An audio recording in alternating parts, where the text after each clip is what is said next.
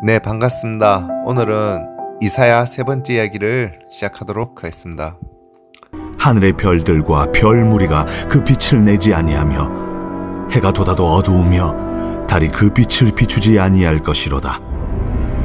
내가 세상의 악과 악인의 죄를 보라며 교만한 자의 오만을 끊으며 강포한 자의 거만을 낮출 것이며. 교만하면 반드시 하나님의 손을 봅니다. 어떤 나라, 어떤 민족이라도 아무리 초강대국이라도 까불고 교만하면 망합니다. 다음에 17장부터 20장까지는 구스, 애굽 이런 나라들도 까불다가 다 망한다는 것이고, 21장에는 바벨론, 신바벨로니아 이야기인데 이것도 반드시 망할 것이다. 22장에는 이상 골짜기, 예루살렘 골짜기에 관한 책망이 나오고, 23장에는 두로와 시돈에 대한 경고, 24장부터 27장까지는 계시로 받은 종말론 이렇게 나옵니다. 그날에 여호와께서 그의 견고하고 크고 강한 칼로 날렘 뱀 리워야단 곧 꼬불꼬불한 뱀 리워야단을 벌하시며 바다에 있는 용을 죽이시리라. 그러니까 마귀 잡을 것을 예언하는 거예요. 요한계시록 가서 보면 예수님 오시자마자 재림하셔서 바로 용을 잡으러 가는 거죠. 거짓 선지자, 음녀, 그리고 적그리스도, 그리고 제일 마지막에 용 잡는 이야기 나오는데 이걸 이사야가 봤어요. 그러면서 24장 끝에 보면 땅이 깨지고 깨지며 땅이 갈라지고 갈라지며 땅이 흔들리고 흔들리며 땅이 취한 자같이 비틀비틀하며 원두막같이 흔들리며 그 위에 죄악이 중함으로 떨어져서 다시는 일어나지 못하리라. 침망, 즉 해먹이에요. 그게 얼마나 흔들리겠어요. 그런데 땅이 그 해먹처럼 흔들린다는 거예요. 땅이 흔들리기만 한 게 아니고 땅이 취한 자같이 비틀비틀하며 원두막같이 흔들리며 그 위에 죄악이 중함으로 떨어져서 다시는 일어나지 못하리라. 그러니까 마지막 때에 큰 지진들이 일어난다는 거죠. 이 얘기는 예수님께서도 여러 번 말씀하셨죠. 28장에는 에브라임 부패한 지도자들에 대한 경고가 나오고, 29장에는 예루살렘을 향해서 슬퍼하는 예가 슬프다 아리엘이여 하면서 이것은 예루살렘의 별명이에요. 3장에서 31장에는 끊임없이 이스라엘 사람들이 애굽과 아수르를 의지하려고 해요. 하나님께 바로 서려고 하지 않고 항상 옆에 있는 강대국을 의지하려고 해요. 아수르를 믿지 말고 애굽을 믿지 말고 위에 있는 것을 찾으라. 위에 있는 하나님을 찾으라. 이것이 바로 30장 31장이고, 32장에는 장차 한 의로운 왕이 통치할 것이다. 33장에는 기도가 나옵니다. 그 다음에 34장에는 우리가 설명이 좀 필요한 부분인데 오해하기 때문에 설명이 필요합니다. 34장 전체가 에돔 자손을 위한 이야기예요. 우리에게 한 이야기 아니라 에돔 자손 이야기예요. 열국이여, 너희는 나와 들을지어다. 민족들이여, 귀를 기울일지어다.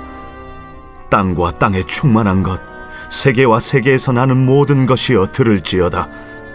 대저 여호와께서 열방을 향하여 진노하시며 그들의 만군을 향하여 분내사 그들을 진멸하시며 사륙당하게 하셨은즉 그 사륙당한 자는 내던진 바 되며 그 사체의 악취가 솟아오르고 그 피에 산들이 녹을 것이며 하늘의 만상이 사라지고 하늘들이 두루마리같이 말리되 그 만상의 쇠자나무 포도나무 잎이 마름 같고 무화과나무 잎이 마름 같으리라.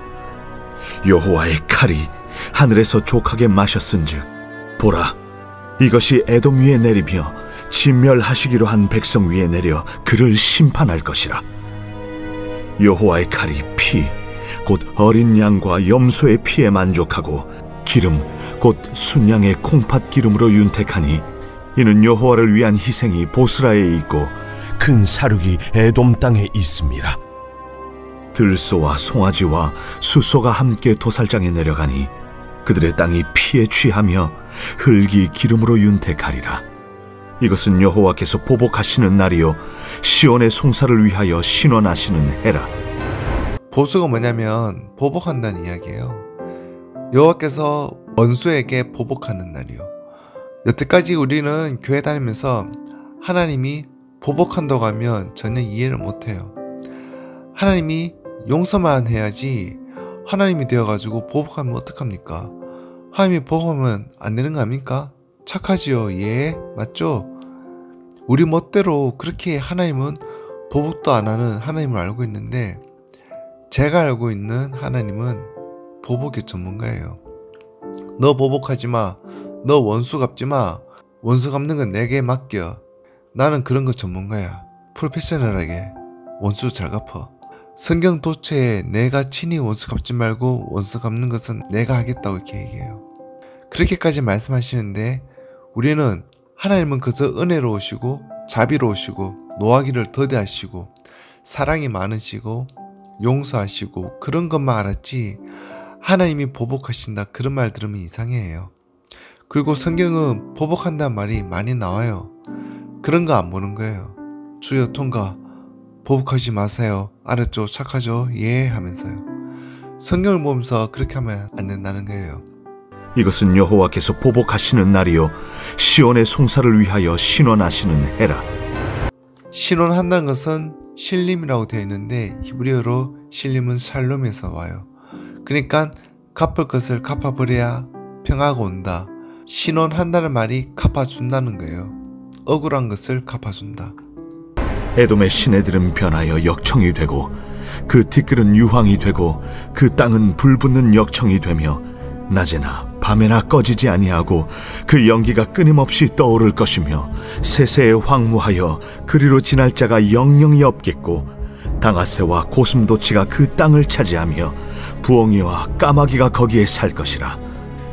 여호와께서 그 위에 혼란의 줄과 공허의 추를 들이우실 것인즉 그들이 국가를 이으려 하여 귀인들을 부르되 아무도 없겠고 그 모든 방백도 없게 될 것이요 그 궁궐에는 가시나무가 나며 그 견고한 성에는 엉겅퀴와 새품이 자라서 승냥이의 굴과 타조의 처소가 될 것이니 들짐승이 이리와 만나며 순념소가 그 동류를 부르며 올빼미가 거기에 살면서 쉬는 처소로 삼으며 부엉이가 거기에 깃들이고 알을 낳아 까서 그 그늘에 모으며 솔개들도 각각 제 짝과 함께 거기에 모이리라.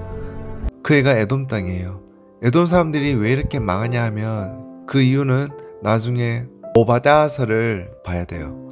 하나님께서 에돔 사람들을 처절하게 쳐서 부수는데 다시는 일어나지 못하게 본래 없던 것 같이 씻어 엎은 것 같이 그렇게 하는데, 그 원인, 그 지하가 어디 있냐면 오바댜서에 읽어보면 다 나옵니다.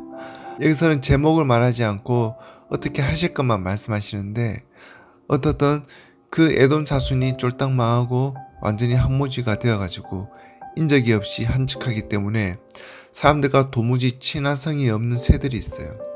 사람들 가까이 도무지 오지 않는 그런 새들이 있는데, 여기에 당아, 고슴도치, 부엉이, 까마귀, 시랑, 타조, 이리, 수염소, 올빼미, 부엉이, 솔개 이런 것들이 사람 가까이 오지 않는 새들이에요. 까미라는 것은 새가 굉장히 영리한데 사람 가까이 절대 둥지를 틀지 않아요. 굉장히 눈치가 빨라요. 그래서 인간과 친화성이 없는 새인데, 그만큼 그런 새들이 에돔 땅에서 쌍쌍파티를 하고 짝짓기를 하고 둥지를 틀고, 왜냐하면 사람의 손길이 끊어진 곳이니까 에돔이 그 정도로 처절하게 망한다는 거예요. 너희는 여호와의 책에서 찾아 읽어보라. 이것들 가운데서 빠진 것이 하나도 없고 제 짝이 없는 것이 없으리니. 이 말 때문에 여기까지 한 거예요. 16절부터 17절에 있는 이 말씀을 요절로 인용하는데, 하나님 말씀이 짝이 없는 것이 없다 많이들 설교하시는데 전혀 그런 말이 아니에요.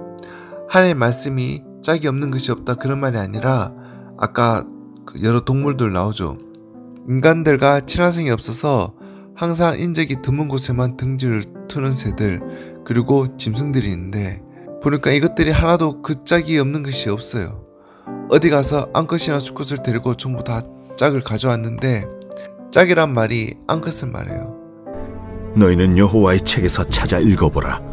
이것들 가운데서 빠진 것이 하나도 없고 제 짝이 없는 것이 없으리니, 이는 여호와의 입이 이를 명령하셨고 그의 영이 이것들을 모으셨습니다.